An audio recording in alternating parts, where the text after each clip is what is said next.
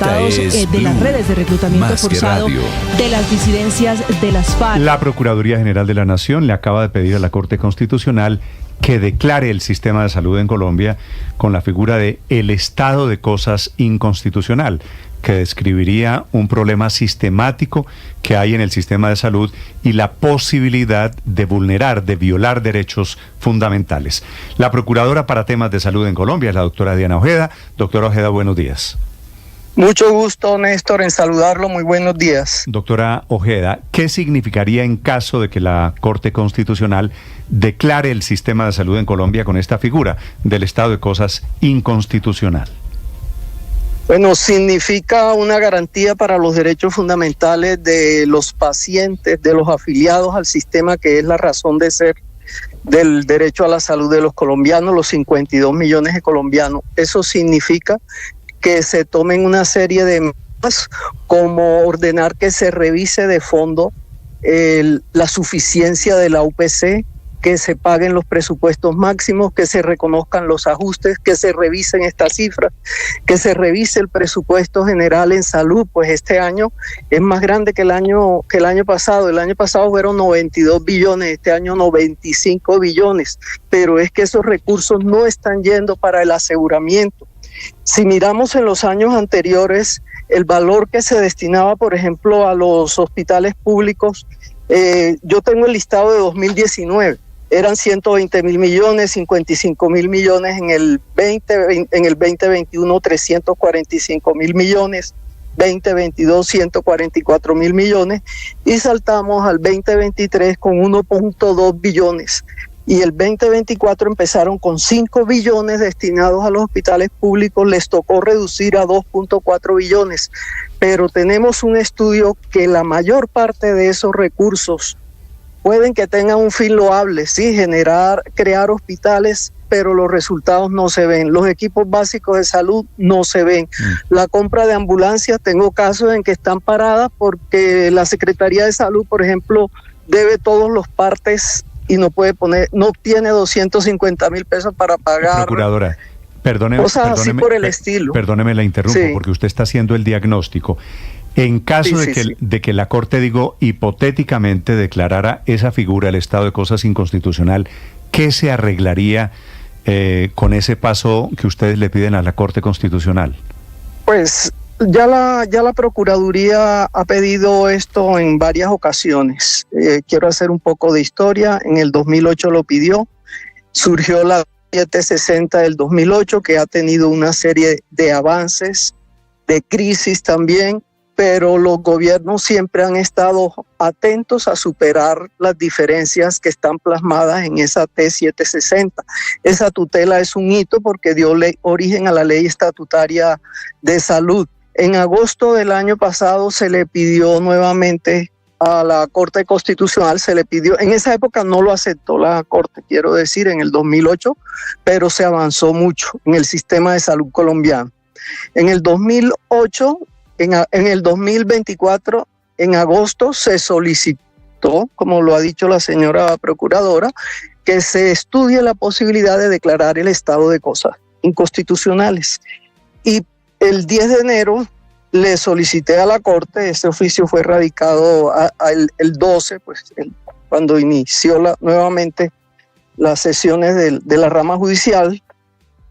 Le solicitamos nuevamente que se estudie la posibilidad de declarar un estado de cosas inconstitucional. ¿Para qué?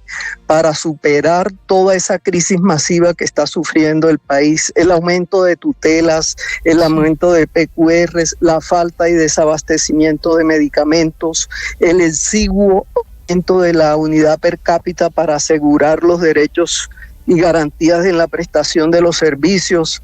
Todo esto hay que tenerlo en cuenta para que la Corte pueda tomar unas medidas. Otro tema es que los diferentes autos que ha venido sacando la Corte dan relación a un desempeño bajo o a un incumplimiento por parte del Ministerio de Salud. Es más, ha ordenado en algunos casos que se adelanten investigaciones disciplinarias y en otros también investigaciones penales. Entonces la Corte ha estado muy atenta, muy presente desde el 2008 en el seguimiento al sistema de la salud de los colombianos y le estamos presentando la crisis que se agudizó en el 2024 y que es imposible ya en el 2025 con esos recursos. Es una crisis financiera que a los últimos y a los primeros que afecta es a los pacientes, a todos los usuarios. Sí, procuradora, usted dice que ese estado, el que se puede declarar desde la Corte, el estado de cosas inconstitucionales, obligaría a tomar medidas y acciones urgentes por todos esos problemas que nos acaba de describir. ¿Qué cambiaría en el sistema de salud en Colombia si la Corte escucha esa solicitud de la Procuraduría y declara estado de cosas inconstitucionales? ¿Qué tendría que cambiar? Pues eso está en manos de la Corte, pero tendría que exigir el cumplimiento de la ley estatutaria de salud. Tenía que exigir, como siempre lo ha hecho, el cumplimiento de las normas en que la unidad de pago, capitación o los recursos del sistema deben ser suficientes para la garantía de los derechos fundamentales. Ha habido un caso muy importante en estado de cosas inconstitucionales que fue superado. Cuando en el 2011, cuando la liquidación del Seguro Social, veníamos de un estado astronómico de vulneración de derechos fundamentales. En ese momento, 2011, declaró la Corte el estado de cosas inconstitucionales, ordenó unas medidas, 16 medidas grandes. Hagan esto, y Procuraduría permanentemente revisen una mesa técnica de trabajo que se cumpla con esto. Ese cumplimiento se dio y creo que en el único caso que se ha superado ese estado de cosas inconstitucionales fue con el caso del Seguro Social y Colpensiones. Y así fue como Colpensiones inició ya sus funciones superando ese estado. Tiene otros problemas, pero eso fue icónico. Si la Corte en estos momentos estudia esa posibilidad, pues puede tomar medidas y ya tienen que olvidarse de ese tema ideológico de que si alcanza, que no alcanza la UPC, que yo la tomé con los 5.2 de la inflación, que le aumenté el 0.16 de las tecnologías. Las tecnologías no aumentan en esa suma, lo sabe el gobierno nacional, el salario mínimo aumentó, todas esas medidas las puede tomar la Corte y decirle ya se lo ha dicho varias veces, una mesa de trabajo técnica donde los escuche, no es solo que se sienten, medio los oiga y se vaya. Quiero hacerle una última pregunta sobre el documento que usted le envió en las últimas horas a la Corte Constitucional, porque uno de los sustentos para solicitar esta declaratoria de estado de cosas inconstitucional sobre la salud tiene que ver con los incumplimientos que ya ha tenido, en los que ha incurrido el Ministerio de Salud y el gobierno frente a las órdenes que le han impartido. ¿Cuáles son en particular los más graves? Bueno, lo más grave tiene que ser con que el sistema de salud sea sostenible financieramente. Tiene que revisar permanentemente los costos y el aumento de las tecnologías que se han incluido en el plan básico de salud, los cuales generan mayores gastos para el sistema. Tiene que pagar, por ejemplo, se le ordenó los presupuestos máximos. No se han pagado presupuestos máximos del 2022, todavía deben 819 mil millones. Del 2024 vienen atrasados, todavía deben deber octubre, noviembre, diciembre. Revisar esas cifras, revisar el aseguramiento, es la razón de ser en estos momentos del sistema de salud colombiano y no puede ponerlo en detrimento como lo ha hecho. Todo esto lo ha dicho la Corte, hasta tanto pues no haya una norma que lo diga, y de facto se ha venido debilitando totalmente el sistema de aseguramiento en contra de las mismas normas y en contra de la evidencia que este era un sistema con todos los problemas estructurales que usted quiera, pero funcionaba y tenía y tiene una cobertura formal de más del 90%. Se ha venido deteriorando eso. Y lo más grave es que los pacientes crónicos, los pacientes de alto costo, los pacientes con trasplantes son los que más están sufriendo. Y nosotros estamos evidenciando con las quejas en la Procuraduría que el sistema se está deteriorando. Tenemos todos los estudios que le he presentado a ustedes. El doctor Galán tiene un estudio muy bueno de los últimos, reciente, de Así Vamos en Salud, donde las tutelas han aumentado a 245.000 el año pasado. Okay. Y así sucesivamente. Entonces, sería muy grave que siguiera deteriorándose el sistema, y la Corte ha hecho los mejores esfuerzos. Es más, le voy a contar una infidencia. Hay una sala de salud, ¿sí?, conformada por el doctor Reyes, José Fernando, el doctor Vladimir, y ahora salió pues el doctor Lizarazo. Esa sala expide autos, y esos autos... ¿Aló? Sí, la estamos oyendo, doctora Ojeda. Sí, y esos autos son de obligatorio cumplimiento. Le da órdenes a los diferentes actores del sistema. Ministerio de Salud haga esto, Superintendencia haga esto.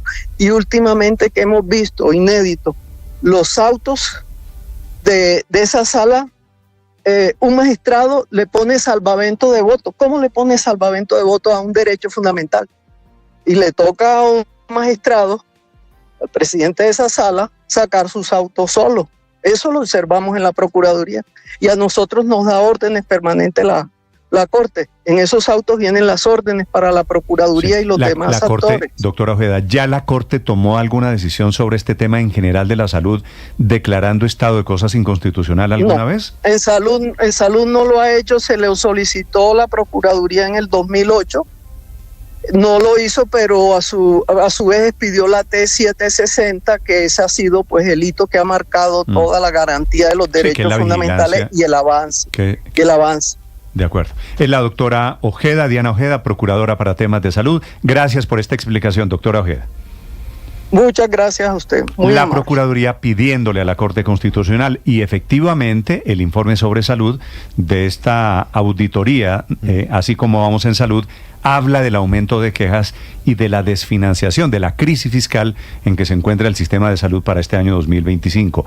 Un déficit de más de 9 billones de pesos. El doctor Galán, ese Augusto Galán, que fue ministro de Salud en los años 90 y dirige efectivamente el programa Así Vamos en este tema de salud. Doctor Galán, buenos días. Buenos días, Néstor. Un saludo muy especial a usted y a la mesa de trabajo y a la audiencia. Sí, doctor Galán, los 9 billones de pesos de los que ustedes hablan, ¿de dónde salen o qué significarían para la financiación de la salud para nosotros, para todos los colombianos este año? Nosotros analizamos varios estudios, uno de ellos, el de un grupo de economistas de la salud, de expertos de la Universidad de Antioquia, de la Universidad de AFIT y de otras universidades del país, que más o menos hacia finales de noviembre del año pasado presentaron un informe sobre la situación del sistema de salud desde el punto de vista financiero, en particular la unidad de pago por capitación, y la previsión que ellos hacían que debería tener el incremento de la unidad de pago por capitación para este año 2025. Ellos hablaron del 16.5% de incremento en la unidad de pago por capitación para que se corrigiera el desfase que había habido en los 2 últimos años sobre la financiación de la unidad de pago por capitación. El incremento es pues el que se dio de 5.36, luego hay un desfase ahí de 11 puntos porcentuales, de 10 largos puntos porcentuales que corresponden a esos 9.2 billones que estimamos que es la desfinanciación con la cual arranca la unidad de pago por capitación este año. Y si ese faltante de 10 puntos porcentuales está ahí y es probable, doctor Galán, ¿por qué el gobierno no lo reconoce? Pues el gobierno, ustedes, todos hemos escuchado las explicaciones del ministro con respecto a, digamos, a la información, y toda la discusión la basan, esa argumentación en la información que entregan las CPS, y eso genera otros interrogantes. En primer lugar, si la competencia de la ADRES está relacionada con hacer ese tipo de análisis. La ADRES es una tesorería del sistema de salud. El competente para los análisis y la evaluación de la unidad de pago por capitación es el Ministerio en la Dirección de Beneficios y Tarifas. Y entonces extraña a uno pues que no sea la fuente clara esa dirección y sea la ARES. Pero más allá de ese tema, pues sí le asalta a uno la duda de que pues la responsabilidad de entregar la información que le correspondía a las EPS de la información del 2023, pues tenían que entregarla en el 2024. Y el 2024 sí tiene a las EPS intervenidas ya por el gobierno nacional, que cubren el 60% de la población. O sea, eso es una fuente de información muy grande y que a uno le extraña que en manos del propio gobierno no hayan entregado la información adecuadamente y que la nueva EPS no haya entregado balances financieros en el último año. Entonces, digamos que ahí le genera a uno un interrogante. Ahora, todos esos cambios de intervenciones pues generan en el sistema de salud afectaciones en los procesos misionales de las EPS. Entonces, también pueden haber movilidades. De hecho, veníamos en intervenciones desde antes y había movilidades y traslados de pacientes.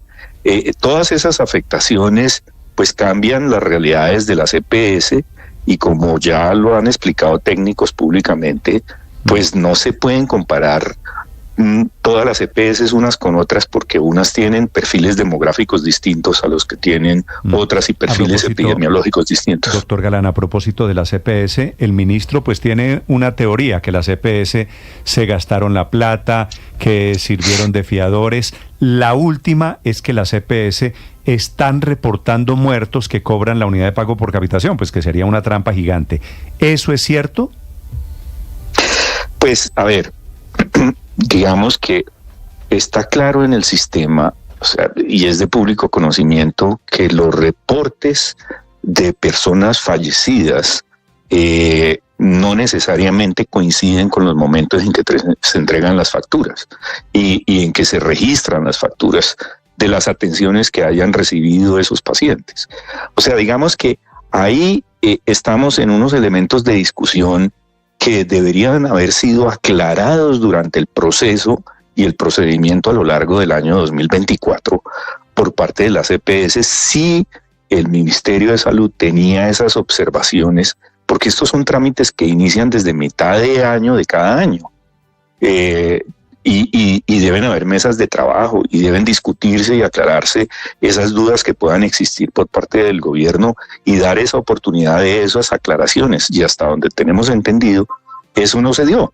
Entonces, se toman decisiones unilaterales, se generan una serie de argumentaciones que crean un manto de duda y de corrupción cuando eso puede tener explicaciones técnicas y que deben ser aclaradas en esa mesa y que deberían haber sido aclaradas en esas mesas. Claro, doctor Galán, una pregunta para finalizar. ¿Usted estaría de acuerdo en una declaratoria de estado de cosas inconstitucional por parte de la Corte para intentar solucionar la crisis en el sistema de salud hoy? Pues si usted me lo pregunta en lo personal, sí.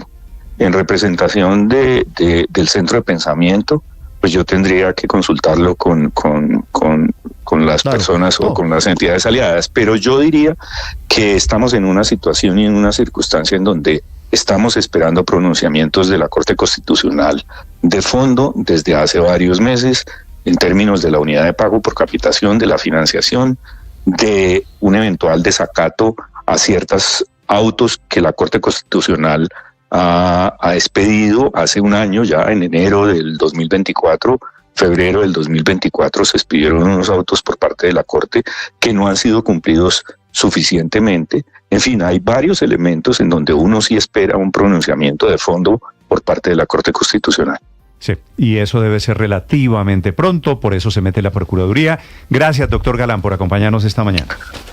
Muchas gracias a ustedes, que estén muy bien. El ministro Augusto Galán Felipe del Observatorio Así Vamos en Salud con